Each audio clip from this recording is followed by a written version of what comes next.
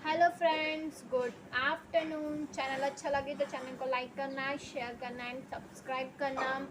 And अगर जो आपको चाहिए, अगर मेरा वीडियो अच्छा लगता है तो प्लीज़ कमेंट बॉक्स में मुझे मोटिवेशनल आप कुछ लिख सकते हैं मेरे लिए। तो आज मैं आपको एसपी का most important second chapter sources of corporate finance सिखाने वाली हूँ, जिसमें मैंने इंट्रोडक्शन पार्ट ले चुकी हूँ। ठीक है, मैंने कुछ बता भी चुकी हूँ कि ओन्ड कैपिटल क्या होता है। फुल इन डिटेल अब हम लोग पढ़ने वाले हैं कि क्या होता है ओन कैपिटल और इसके टाइप्स शेयर और रिटेन अर्निंग। तो शेयर में भी दो types, equity shares and preference shares, ये सारी चीज़ें क्या होती हैं। तो ये आपको अगर एज अ आप बिज़नेस शुरू करना चाहते हो तो आपको पैसा कहाँ से मिलेगा, कौन कौन से सोर्सेज हैं आपके पास अवेलेबल कि आप पैसा यहाँ से ले सकते हो। आपको इतना देना पड़ेगा, ये आप अगर इस तरीके से पैसा अगर आप इकट्ठा करते हो अपनी कंपनी में तो आपको इतने आपके इतने ओनर हो जाएंगे। आपको ये सारी चीज़ें एक बिजनेसमैन को पता नहीं चाहिए। तो अगर आप बिज़नेस भी शुरू करोगे तो ये चैप्टर आपके लिए बहुत मोस्ट इम्पॉर्टेंट है। ठीक है, तो इसको अच्छे से कंसंट्रेशन करके अपना पूरा 100% कंसंट्रेशन देके यहाँ पे मैं ये चैप्टर शुरू कर रही हूँ। ठीक है, तो सोर्सेज ऑफ ओन कैपिटल। तो ओन कैपिटल के सोर्सेज क्या हैं? ठीक है, the capital raise by a company with the help of owner. जब कंपनी कैपिटल रेज करती है ओनर की मदद से तो उन्हें शेयर होल्डर कहते हैं। This is called owned capital. ठीक है, मतलब शेयर होल्डर की तरफ से या उनकी यहाँ पे ओनर्स की यहाँ पे जब कंपनी ओनर्स मतलब शेयर होल्डर जो शेयर के मालिक होते हैं उन्हें शेयर होल्डर कहते हैं। एज अ शेयर होल्डर जो इक्विटी शेयर्स खरीदते हैं वो कंपनी के ओनर होता है। ठीक है, तो जब कंपनी इनकी मदद से अगर कैपिटल इकट्ठा करे तो उसे ओन कैपिटल कहते हैं। ठीक है, ओनरशिप कैपिटल भी इसको एक नाम दिया जाता है कि मतलब कंपनी में आप भी क्या हो, मालिक हो। ठीक है, ओनर मतलब आप भी इस कंपनी के मालिक हो, आप भी इस कंपनी में हिस्सेदारी रखते हो।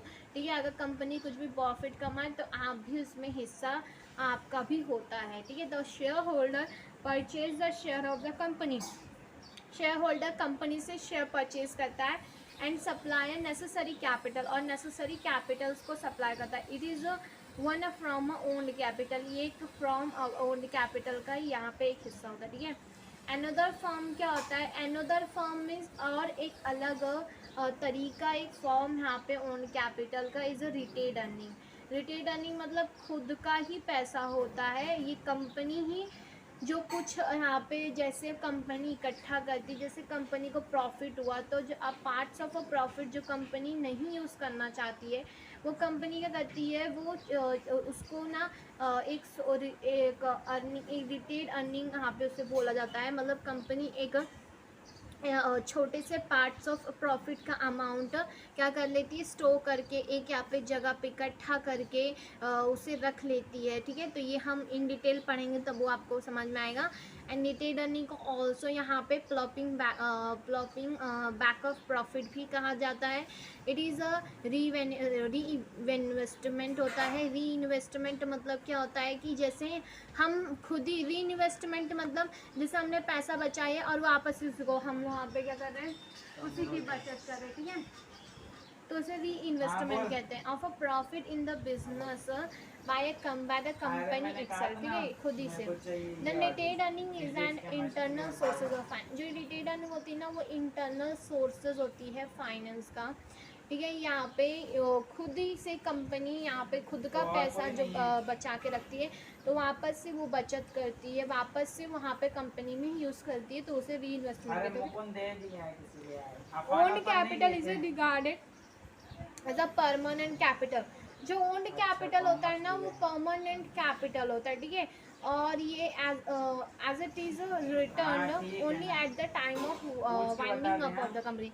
और ये रिटर्न तब होता है जब कंपनी बंद होती है। Okay, owned capital in the form of a share capital. Owned capital का एक हिस्सा, एक फॉर्म, ठीक है, एक शाखा बोल सकते हो, शेयर कैपिटल भी है। देन प्रोवाइड्स इंटरनल इंटेंटल sources of capital of a new company.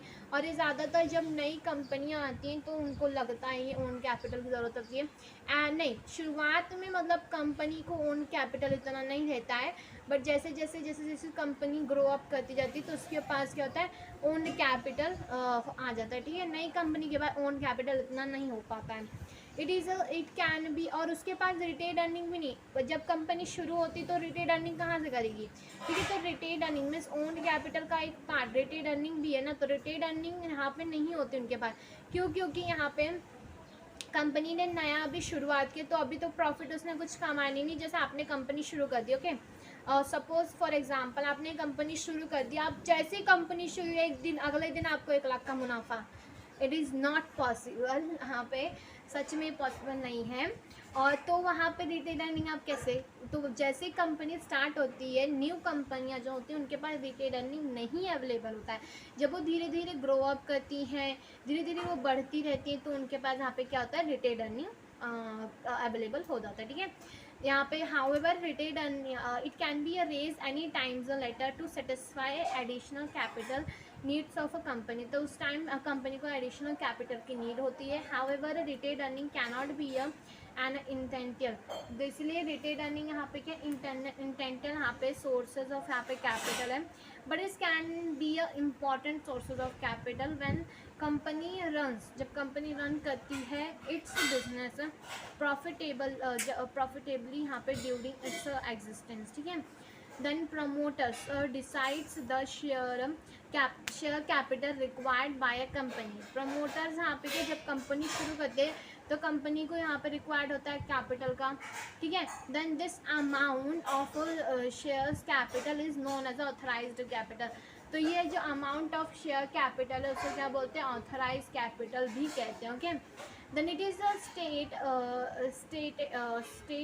In the capital clause of memorandum of association. तो यहाँ पे क्या बोलते हैं, मेमोरेंडम ऑफ एसोसिएशन में लिखा रहता है, क्लॉज लिखा रहता है ऑफ अ कंपनी। ठीक है, कंपनी का जो मेमोरेंडम ऑफ एसोसिएशन है वहाँ पे एक मैक्सिमम लिमिट लिखी रहती है कितना तक company owned capital authorise capital ला सकती है। Let us learn in detail the various sources of own capital. ठीक है, हम लोग various sources of own capital अब हम लोग लर्न करेंगे कि कौन कौन से ओन्ड कैपिटल में सोर्सेज है। तो फर्स्ट सोर्सेज इज शेयर्स। अब शेयर्स क्या होता है, तो मैंने कल ही बताया था, जो बिग कैपिटल होता है, जैसे कैपिटल का एक स्मॉल पार्ट होता है शेयर। ओके, कैपिटल का क्या होता है, एक स्मॉल पार्ट होता है हमारा शेयर।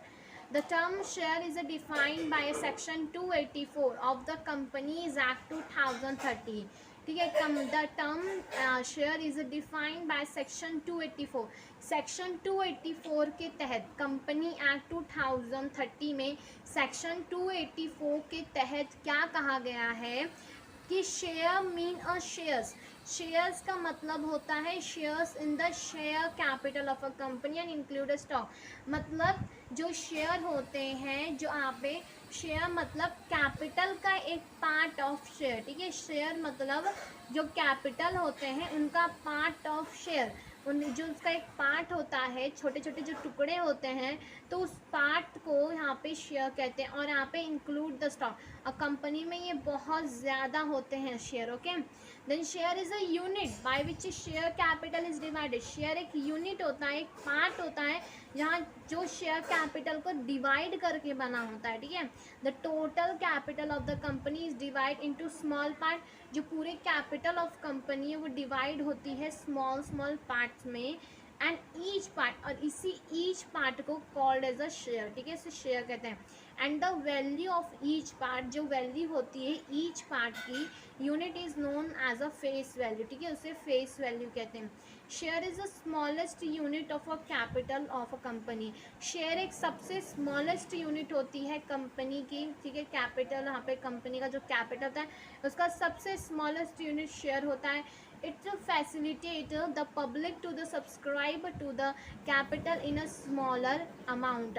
ये यहाँ पे एक फैसिलिटी देता है पब्लिक को कि जो सब्सक्राइब करे, परचेज करे, खरीदें कैपिटल का एक स्मॉलर अमाउंट। ठीक है, आप पब्लिक है तो लोअर लेवल लोग, मिडल लेवल लोग, हाई लेवल वाले यहाँ पे इनकम वाले लोग रहेंगे। ठीक है। ये तो नहीं कि सब अमीर है अपने हिंदुस्तान में, अपने इंडिया में, कहीं भी जाओ तो वहाँ जो छोटे लोग हैं तो वो तो नहीं खरीद, उनको खरीदने का अगर मन करे तो कैसे खरीदे। इसीलिए ये एक फैसिलिटी उनके लिए भी अवेलेबल है कि एक स्मॉलर यहाँ पे अमाउंट भी खरीद कर वो कंपनी के मालिक बन सकते हैं। Okay, a person can purchase any number of share as is wish. वो आप कोई भी नंबर ऑफ शेयर, चाहे वो 100 का, 200 का, 300 का, 400 का, कोई भी नंबर ऑफ शेयर वो परचेज करे जैसी उसकी इच्छा है, जैसी उसकी विशेज है। ठीक है, a person who purchase the share of a company is known as a share holder and a member of the that a company. देखो मैंने अभी कहा, जो पर्सन शेयर्स को परचेज करता है उसे शेयर होल्डर कहते हैं। ठीक है, शेयर होल्डर मतलब शेयर का मालिक, शेयर होल्डर मतलब शेयर का मालिक। अब मैं कभी भी शेयर होल्डर कहूँगी तो समझ जाना शेयर का मालिक कह रही हूँ। ठीक है, तो शेयर होल्डर हो जाता है और वो एक कंपनी का क्या होता है, मेंबर बन जाता है। ओके, अब आते हैं इसके फीचर्स पे। तो मैंने एक अच्छा सा यहाँ पे आपको कोड बना के दिया है। जब मैं इसको पढ़ती थी ना तो मैंने ऐसे कोड ऐसे बना के इसको पढ़ा था। तो ये बहुत इजी और सिंपल वाला कोड है। तो यहाँ पे देखो मैंने लिखा है MODEVIRTPK। ठीक है, यहाँ पे मैंने ये कोड बनाया है, बहुत इजी। अगर आपको समझे तो आप ले लो, वरना तो इसमें 10 पॉइंट है तो 10 पॉइंट तो ज़रूरी नहीं आपको याद करो, और बहुत इजी एंड बहुत स्मॉलर पॉइंट है। 5 मिनट, आप पे 5 मिनट भी लगेगा, मैं ये पॉइंट को आराम से आपका ख़त्म करवा के दे दूँगी। ठीक है, तो बहुत इजी पॉइंट है, फटाफट हम लोग इसको कर लेते हैं। ठीक है, और यहाँ पे शुरू करते हैं। First, meaning. मीनिंग क्या होता है यहाँ पे, शेयर की मीनिंग क्या होती है। फर्स्ट, फीचर ऑफ शेयर्स, की शेयर्स के क्या क्या डिफरेंट फीचर है। ठीक है, तो फर्स्ट आता है मीनिंग मतलब share is the smallest unit in a total share capital of a company. ठीक है, शेयर क्या होता है, एक स्मॉलेस्ट, एक पार्ट होता है, एक स्मॉलेस्ट यूनिट होता है जो टोटल शेयर कैपिटल होते हैं कंपनी के। ओके, देन सेकेंड यहाँ पे टाइप आ रहा है ownership. What mean by ownership, तो the owner of the share is called as a share holder. जो शेयर के ओनर होते हैं उनको क्या कहते हैं, शेयर होल्डर कहते हैं। शेयर जिसने परचेज किया है, ठीक है, वो बंदे को क्या कहते हैं, शेयर होल्डर कहते हैं। It is show the ownership of share holder is a company. ये क्या करता है कि ओनरशिप शो करता है, जो कंपनी के जो भी आपने शेयर खरीदेंगे वहाँ के आपको क्या मिलेगी, ओनरशिप मिलेगी। शेयर की ओनरशिप आपको कंपनी से यहाँ पे मिलती है। ठीक है, डिस्टिंक्टिव नंबर्स। अब what mean by distinctive number, तो distinctive numbers means different number. ठीक है, डिफरेंट शेयर सर्टिफिकेट होता है, शेयर होते हैं उनके अलग अलग नंबर होते हैं, क्योंकि एक आइडेंटिफिकेशन के लिए। ठीक है, कि अगर सबके नंबर सेम हो जाए तो कौन पता भाई कौन सच में शेयर खरीदा कि नहीं, इसीलिए एक आइडेंटिफिकेशन के लिए कि ये शेयर्स कंपनी है तो एक नंबर दिया जाता है, एक अलग अलग नंबर होते हैं शेयर के। ठीक है, जो शेयर सर्टिफिकेट पे यहाँ पे वो नंबर आपको अवेलेबल होते हैं। अनलेस डीमेटलाइज्ड, जब डीमेटलाइज होता है तो ई shares has a distinctive number. तो हर एक शेयर्स के एक डिस्टिंक्टिव डिफरेंट नंबर होते हैं of the identification, for the identification मतलब उनकी पहचान के लिए। Okay, it is a maintain in the share capital और शेयर सर्टिफिकेट। और ये मेंटेन कहाँ होता है, ये कहाँ लिखा जाता है, ये नंबर्स यहाँ पे आइडेंटिफिकेशन डिफरेंट डिस्टिंक्टिव नंबर, तो ये शेयर कैपिटल पे आपका अवेलेबल होता है। ठीक है, मेंटेन वहाँ पे ही लिखा जाता है। ठीक है, उसके बाद आते हैं evidence of title. What mean bye evidence of title, evidence of title मतलब एक प्रूफ कि आपके यहाँ पे क्या हो, इसके होल्डर हो, शेयर होल्डर, तो वो आपको प्रूफ कहाँ मिलता है, शेयर सर्टिफिकेट, शेयर का जो सर्टिफिकेट होता है,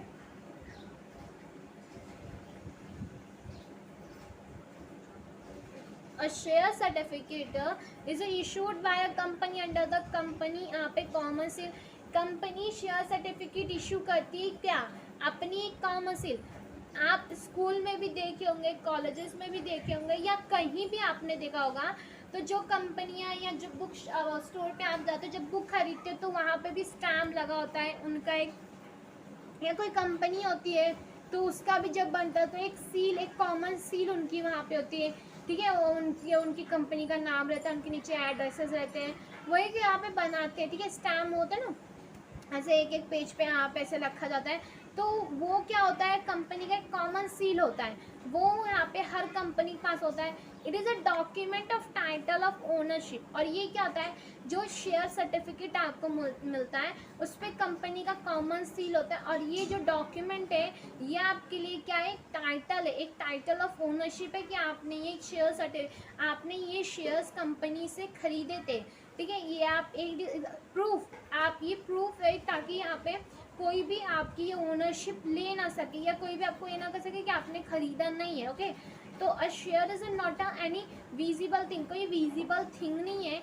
it is a show by a share certificate or in the form of a demat shares, ठीक है। और ये जो शेयर्स हैं यहाँ पे शेयर सर्टिफिकेट, ये डीमेट फॉर्म में भी हो सकता है, डीमेटलाइज फॉर्म में। डीमेट रिमेट फॉर्म क्या होता है वो मैं आपको बताऊंगी, वो जैसे जैसे चैप्टर यहाँ पे शुरू होगा। डीमेटलाइज क्या होता है, रीमेटलाइज क्या होता है, ठीक है। डीमेटलाइज मतलब फिजिकल से इलेक्ट्रॉनिक फॉर्म में शेयर सर्टिफिकेट को कन्वर्ट करना, और रीमेटलाइजेशन मतलब फिजिकल से इलेक्ट्रॉनिक फॉर्म से फिजिकल फॉर्म में शेयर सर्टिफिकेट को कन्वर्ट करना। उसके लिए क्या प्रोसेस होते हैं, कौन कौन इस प्रोसेस में आता है, डीपी डिपॉजिट सिस्टम, मैं आपको हर एक चीज़ बताऊंगी, ठीक है। पहले आप यहाँ पे अभी इस पे ध्यान दीजिए कि ये एक evidence of title share certificate होता है कि एज अ प्रूफ कि आपने ये कंपनी से शेयर खरीदे हैं, ओके।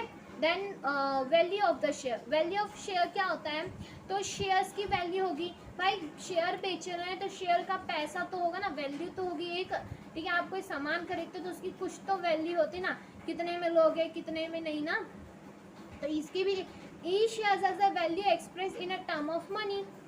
हर एक चीज़ का यहाँ पे जो वैल्यू एक्सप्रेस कैसे होता है, मनी में ही होता है।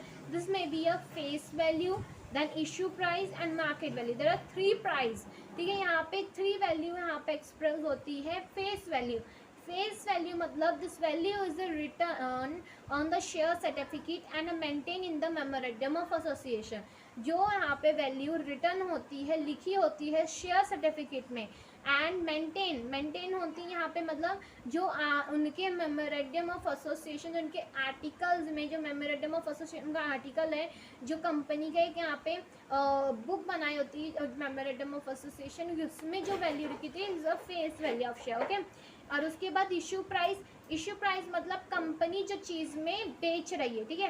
कंपनी जो वैल्यू में शेयर्स को मार्केट में इशू कर रही है, बेच रही है, तो उस प्राइस यहाँ पे वो वैल्यू को इशू वैल्यू कहते हैं।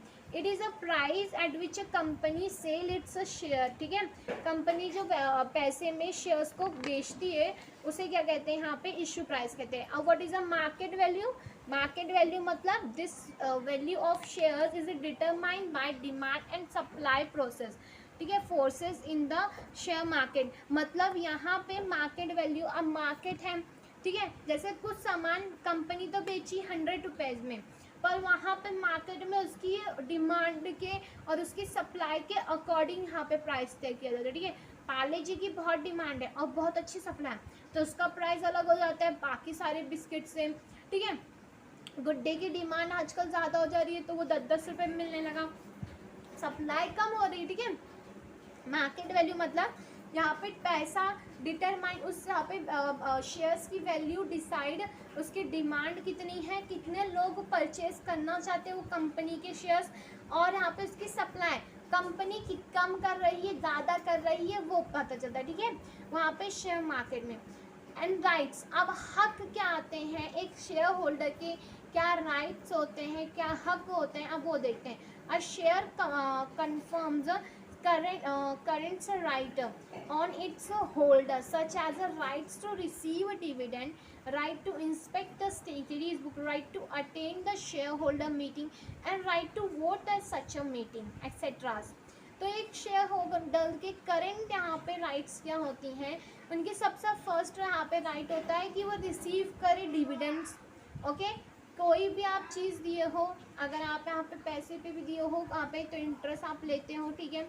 बैंक ने आपसे आप पे उधार दिया, आपको उधार दिया तो वो बराबर आपसे इंटरेस्ट चार्ज करती रहती है, मंथली या कोई भी यहाँ पे ईयर, ठीक है, ईयरली आप जैसे यहाँ पे चार्ज अपना इंटरेस्ट चार्ज करती रहती, वैसे ही अगर आप यहाँ पे पैसा लगाए हो तो आपको वहाँ पे जो रिटर्न मिलेंगे, तो जो शेयर्स का रिटर्न होता है उसे डिविडेंड कहते हैं। ओके, जैसे कंपनी आप जैसे कोई बैंक अगर आपको लोन देती है तो उस लोन के बदले आपको इंटरेस्ट वहाँ पे थोड़ा थोड़ा देना पड़ता है, ठीक है, यहाँ पे थोड़ा थोड़ा इंटरेस्ट चार्ज करती है, जो एक्चुअल अमाउंट होती है वो तो लेती है, साथ में इंटरेस्ट का भी अमाउंट लेती है, ठीक है, क्योंकि लोन दिया।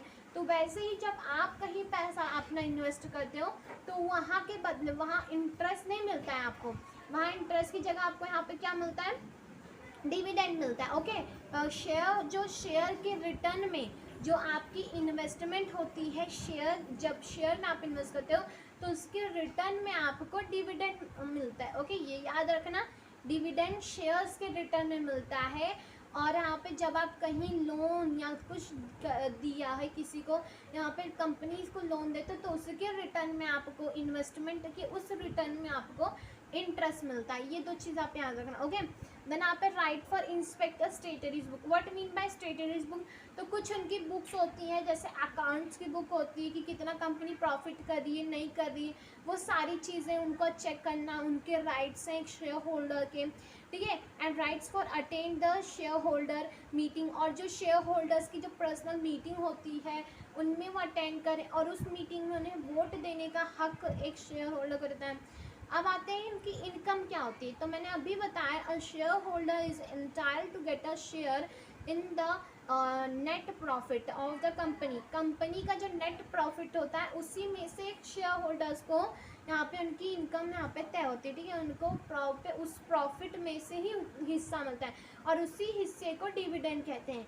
ठीक है। कंपनी शेयर होल्डर, यहाँ पे शेयर होल्डर को कौन से मिलता है, जो प्रॉफिट होता है उसी में से वो देती है। जब हम कमाते हैं, अगर हम किसी इससे लोन लिए हो, जब हमको पैसा मिलेगा तब हम उसी पैसे में से, हमारी इनकम में से ही हम देंगे ना अपना थोड़ा सा पार्ट यहाँ पे इंटरेस्ट का, ठीक है, तो वो यहाँ पे डिविडेंड होता है। ओके, उसके बाद आते हैं यहाँ पे transferability. What mean bye transferability, transferability मतलब क्या होती है, द शेयर यहाँ पे of a public limited company, चाहे शेयर्स पब्लिक लिमिटेड कंपनी के ही क्यों ना हो, ठीक है, आर फ्रीली ट्रांसफरेबल, ठीक है, फ्री ट्रांसफरेबल कर सकते हैं in the manners provide in the article of association. जो आर्टिकल्स ऑफ एसोसिएशन में कंपनी के यहाँ पे लिखा गया है कि एक जो पब्लिक लिमिटेड कंपनी भी है उसके भी शेयर जो यहाँ पे होते हैं वो आसानी से क्या कर सकते हैं, ट्रांसफ़र कर सकते हैं एक पर्सन के थ्रू दूसरे पर्सन के यहाँ पे, ठीक है। तो यहाँ पे आते हैं second, property of share holder. And what mean by property of share holder, तो शेयर होल्डर की प्रॉपर्टी क्या होती है, the share is a movable property of share holder. जो शेयर होल्डर होता है उसकी मोएबल प्रॉपर्टी ही उसकी शेयर होता है, ठीक है। तो वहाँ पे हमारा है ना, हमारे एक प्रॉपर्टी की तरह ही है वो भी, जब तक हमारे पास रहेगा, जब तक कंपनी यहाँ पे एक लिमिट, टाइम लिमिट, या तो वहाँ पे कम्प्लीटली यहाँ पे परमानेंट तक रहता है, ठीक है, तो एक हमारी प्रॉपर्टी होती है वो, ठीक है। शेयर होल्डर की प्रॉपर्टी उनका शेयर ही होता है। काइंड ऑफ शेयर, अब काइंड ऑफ शेयर पे काइंड ऑफ शेयर क्या होता है, there are two types of kind of share. Okay, company can issue two kind of share, एक equity shares and preference share. Equity shares में भी यहाँ पे क्या, यहाँ पे देखो kind of share as per section 43 company act 2030 के यहाँ पे तहत, यहाँ पे कंपनी एक्ट 2030 के तहत सेक्शन 1 यहाँ पे सेक्शन 43 के अकॉर्डिंग यहाँ पे कंपनी यहाँ पे क्या करती है, company can issue different types of share depending upon a rights to control, उनके राइट्स के according, and income and risk, उनके रिस्क के according. The following charts show a different kind of share, ठीक है। यहाँ पे आपको देखो चार्ट दिया है। इक्विटी शेयर, इक्विटी शेयर्स में दो यहाँ पे होते हैं। इक्विटी शेयर्स को क्या क्या होता है, equity shares with voting right, equity shares को वोटिंग राइट रहता है। इक्विटी शेयर्स को ओनरशिप शेयर भी कहते हैं। प्रेफरेंस शेयर्स को ओनरशिप, प्रेफरेंस शेयर्स कंपनी के मालिक नहीं होते। प्रेफरेंस शेयर्स देखो यहाँ पे प्रेफरेंस शेयर्स यहाँ पे ओनर होते हैं but not a controller of a company. Okay, preference shares company के को ओनर होते हैं, कंट्रोलर नहीं होते हैं। इक्विटी शेयर कंपनी के ओनर भी होते हैं एंड कंट्रोलर भी होते हैं। प्रेफरेंस शेयर्स को वोटिंग राइट नहीं होती है, इक्विटी शेयर्स को वोटिंग राइट अवेलेबल होती है। प्रेफरेंस शेयर्स को फिक्स रेट ऑफ डिविडेंड मिलता है, इक्विटी शेयर्स को फ्लक्चुएटिंग रेट ऑफ डिविडेंड मिलता है। प्रेफरेंस शेयर्स को फर्स्ट प्रायोरिटी दिया जाता है डिविडेंड के टाइम और इक्विटी शेयर्स को सेकंड प्रायोरिटी दिया जाता है। प्रेफरेंस शेयर होल्डर्स का परमानेंट शेयर नहीं होता है, ठीक है, परमानेंट कैपिटल वो नहीं देते हैं कंपनी को, बट इक्विटी शेयर्स का उनका जो पैसा है वो यहाँ पे उनका जो कैपिटल है वो परमानेंट रहता है और eight the time of company जब वाइंडिंग अप होती है तब उनका वो यहाँ पे मिलता है। ओके, तो यहाँ पे ये कुछ मैंने डिफरेंस बिटवीन आपको पढ़ाए हैं। तो यही equity share with differential voting rights उनको रहते हैं। प्रेफरेंस शेयर में बहुत सारे टाइप्स होते हैं, cumulative preference share, non cumulative preference share, participating preference share, non participating preference share, जो हाफ प्रॉफिट होता है उसमें एक्स्ट्रा प्रॉफिट में से पार्टिसिपेट करना है कि non participating. Then convertible preference share, एक द टाइम में इक्विटी शेयर बदलेगा, कैसे बदलेगा, कौन से राइट से बदलेगा, ठीक है। यहाँ पे नॉन कन्वर्टेबल प्रेफरेंस शेयर्स, रिडीमेबल्स मतलब कंपनी का जो प्रेफरेंस शेयर होता है वो रिडीम हो जाएगा, मतलब कंपनी एक फिक्स पीरियड ऑफ टाइम तक ही इसको रखी लेती है, बाद में जब उसका टाइम हो जाता है तो वो वहाँ पे उनको दे दिया जाता है, ठीक है। जैसे एक्चुअल वहाँ पे अमाउंट जब बैंक को लोन का इतना टाइम होता है, जब वो लोन का टाइम खत्म होगा तो एक्चुअल अमाउंट जैसे लोन के हम दे देते हैं, वैसे ही यहाँ पे इरिडीमेबल जैसे ये नहीं दिया जाता, ये परमानेंट चलता है। तो ये क्या होता है, इरिडीमेबल होता है कि नहीं होता है इरिडीमेबल, वो सारी चीज़ सारे टाइप्स मैं आपको पढ़ाऊँगी। बट आपके आज के लिए इतना अच्छा है, बस इतना ही काफ़ी है आपके लिए। चैनल अच्छा लगे तो चैनल को लाइक करना, मेरी मेहनत अगर अच्छी लगी तो प्लीज़ लाइक करके शेयर करके सब्सक्राइब कर देना, और अगर अच्छा लगे तो कमेंट बॉक्स में ज़रूर बताना कि कैसा लगा वीडियो, ठीक है। तो thank you for watching this video, thank you.